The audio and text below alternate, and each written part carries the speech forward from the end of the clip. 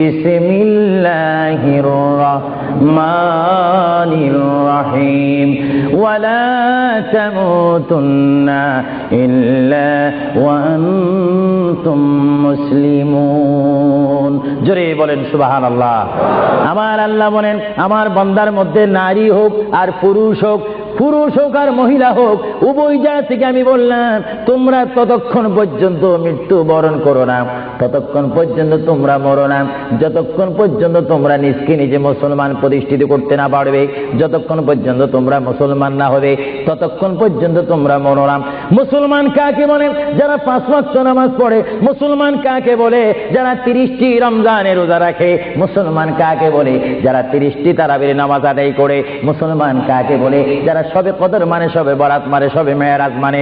মুসলমান কাকে বলে? যারা মক্কায় গিয়ে হজ করে। মুসলমান কাকে বলে? যারা মদিনাতুল মুনাওয়ারা গিয়ে রাসূলুল্লাহর জিয়ারত করে। মুসলমান কাকে বলে? যারা কোরআন শরীফ তেলাওয়াত করে। মুসলমান কাকে বলে? যারা বড়কে শ্রদ্ধা করে, যারা ছোটকে আদর করে। মুসলমান কাকে বলে? যারা মায়ের খেদমত পালন করে, বাবাকে শ্রদ্ধা করে, মা বাবার হক পালন করে। মুসলমান কাকে বলে? যারা আল্লাহ এবং তার প্রিয় নবীকে মানার মতো মানতে পেরেছে, তাদেরকে মুসলমান বলা হয়। জোরে বলেন সুবহানাল্লাহ। আরো জোরে বলেন। আমরা শুধু নামে মুসলমান থাকতে চাই না কাজে মুসলমান হতে চাই? আমরা কি নাম চাই না কাজ চাই?